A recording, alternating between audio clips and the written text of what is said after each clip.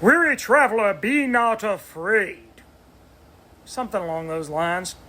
Anyway, tonight, guys, in tonight's episode, I wanted to check out the story of Be Not Afraid, issue number 2 from Boom Studios, written by Jude, Ellison, S. Doyle, and art by Lisandro Estherren.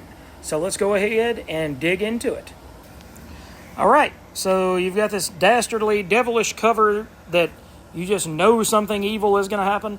Kind of reminds you of The Omen. But on the inside, we open up to the story of Cora. And Cora, as a child, saw visions. She saw something. And she was raised somewhat in a religious home, but more of a down-to-earth sort of home. So when she sees and feels things like this, it feels like Jesus himself coming down out of the sky to give her comfort, to give her joy and happiness that she didn't previously feel. So this is the story of her son. And Jordy is a Nephilim. Okay, what gave her Jordy was not as angelic as she thought. And so Jordy is half heaven and half hell. And as he is approaching 17 years old, the hell side is taking over and becoming more prominent. So you get to see that Cora is trying to understand. And she gets visited by a visitor, Mr. Film, and he's trying to explain to her he's like a mule. He can't serve the will of the Lord. He has a will of his own. And he's, has a soul like a human or a will like a human, like you. Meanwhile, we get a flashback to before Jordy was even conceived, and Cora and her friend are going to the church to try to explain, I see these visions. It's got to be something positive. And the priest pretty much dismisses her and says, this is not what you think it is. I'd prefer to not see you at church for a while because I don't think we are what you need. And that was his kind way of saying, I think you need to be in a mental institute because you're not right in the head. And then she came back home and tries to talk to her mother, and she says, why wouldn't God talk to me? And her mother says, I made you, I created you, on this earth with your father, and I don't even like you. So she said, God isn't real, and neither was your father. If I was you, I wouldn't count on either one. And again, she felt that comfort. She felt that something come over her that she made her feel better. But then you get to see the other half of whatever this angelic demonic form is. And it said if God can send faith and send healing and aid, he can also send temptation, and so he did. So you're coming to understand that she's going to have to kill her own son. And that's not an easy choice for anybody to have to go through, to realize that your son is not necessarily Antichrist. That's not what this guy's saying, but he's saying that he's something other than of this world that cannot be allowed to live. And it says God kills everybody. He's killed everybody he's ever created. He's killed species, he's killed civilizations and planets. The problem that he has with it is when you take matters into your own hands and you choose who dies and when they die. But he said he can take it out of your hands, you must let him.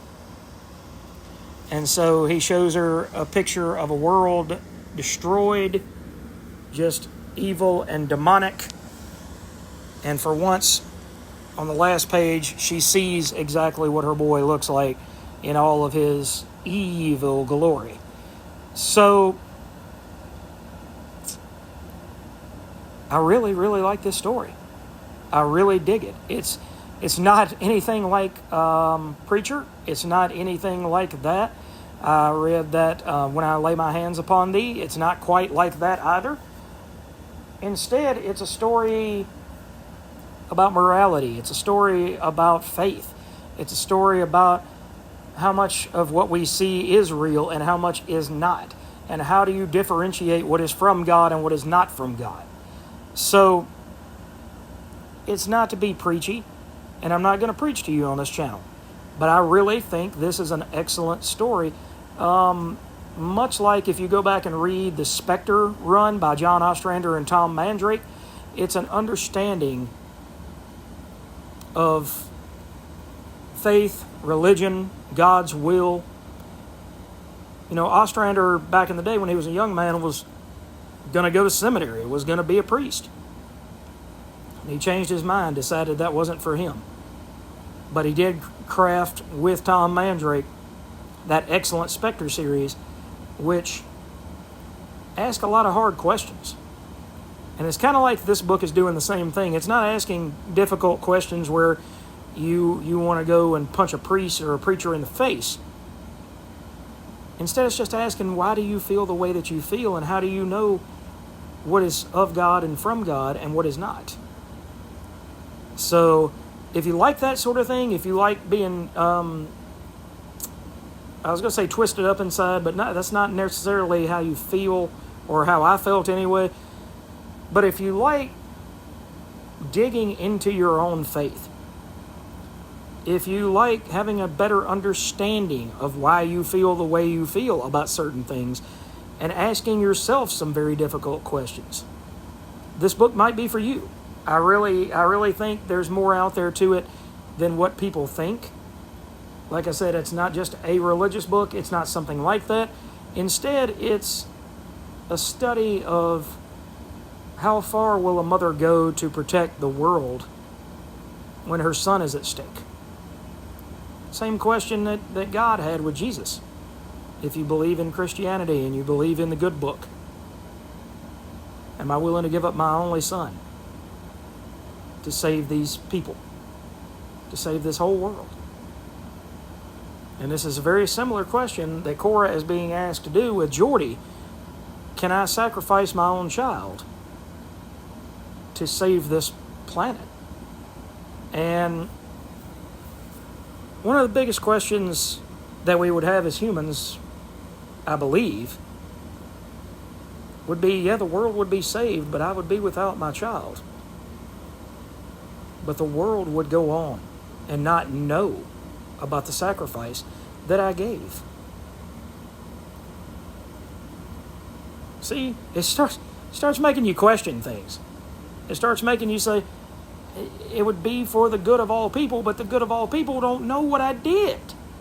They don't know where this came from. They don't understand where I'm coming from and why I'm hurt and why this pain of losing my son, should I choose to do this, would be so deep.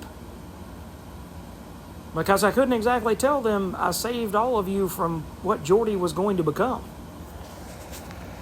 Because somebody in Ethiopia or somebody in China or somebody in Antarctica is not going to understand. Well, there's nobody in Antarctica, but you get my point.